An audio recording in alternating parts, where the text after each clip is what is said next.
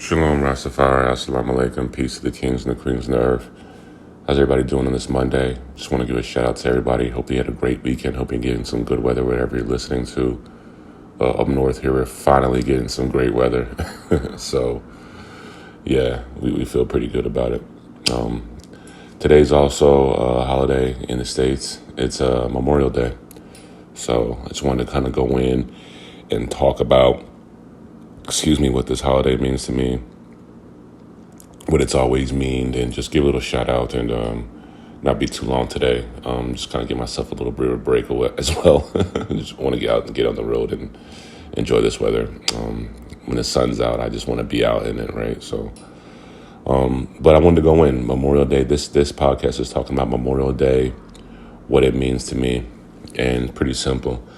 Of course, this is a holiday to salute, give remembrance, and give just honor to our fallen vets, right? Our people who have died for our country in numerous wars and defending. And it really, when it comes down to when you sit back on a Memorial Day weekend, one, it's always, it feels like it's the beginning of summer, or it's like the pre-beginning of summer up north. That's kind of how it is.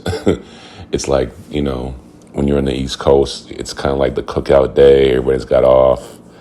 If hopefully the weather is nice, people are definitely on that grill. People are probably definitely by the water.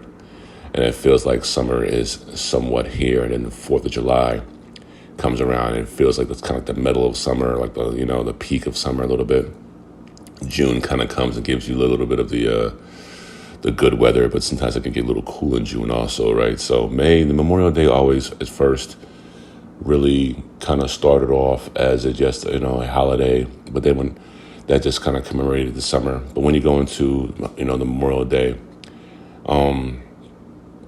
using the 4th, we like to show our flags and stuff like that, but really Memorial Day to me is definitely a Reverence Day.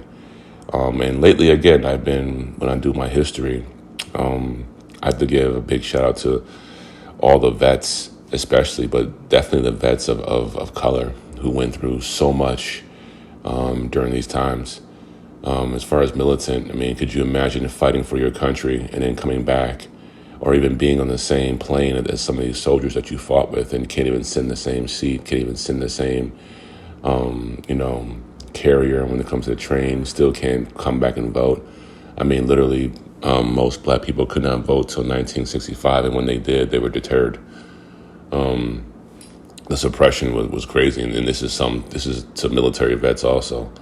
Black military vets didn't get any sort of leeway or anything when they got back. They were just completely, you're just the same person as you are when you were before you fought. And most of us did. Most of the black people who were soldiers, they were told, a whole different thing, right? Like they always needed us for every one of these wars: Civil War, World War I, World War II. The Independence War, as far as the British War. Like we've always have always fought. And our bodies have bled all over this world for our country, and we still could not get and still cannot get, and even to this day, equality.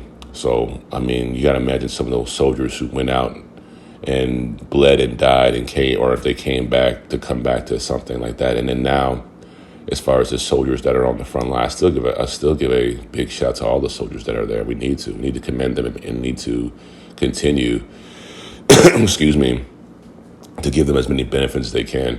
I truly believe that the United States of America has also failed when it comes to taking care of its veterans, right? I can get into the political situation, but it's just funny how specific political parties talk about how they're cool to vets, and will literally sit there and walk by them like they're homeless, and they are homeless. They'll donate money. They'll donate money to a Marine who murdered some black guy by choking him out. They'll donate him money for his defense, but they won't donate a dime, okay, to the veterans who are literally homeless. There's tons of them on the street. It's not like you can't find them.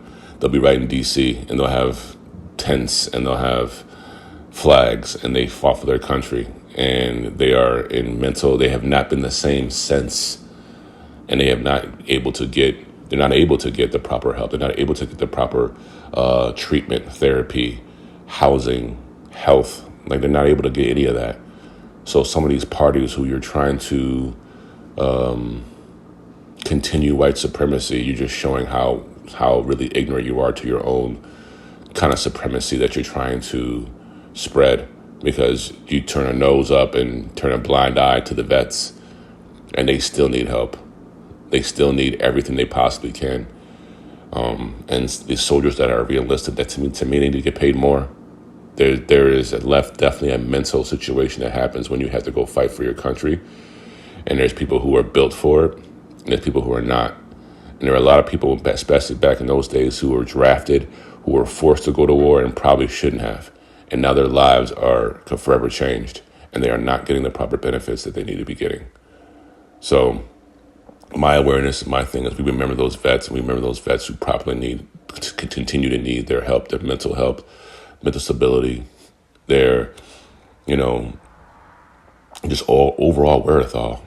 It's bullshit that us as a society will send people out to defend our country, and then when they come back, treat them like shit.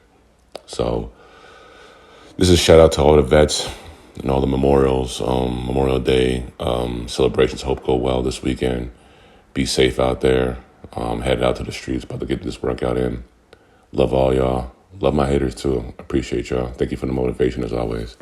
Have a good day, y'all.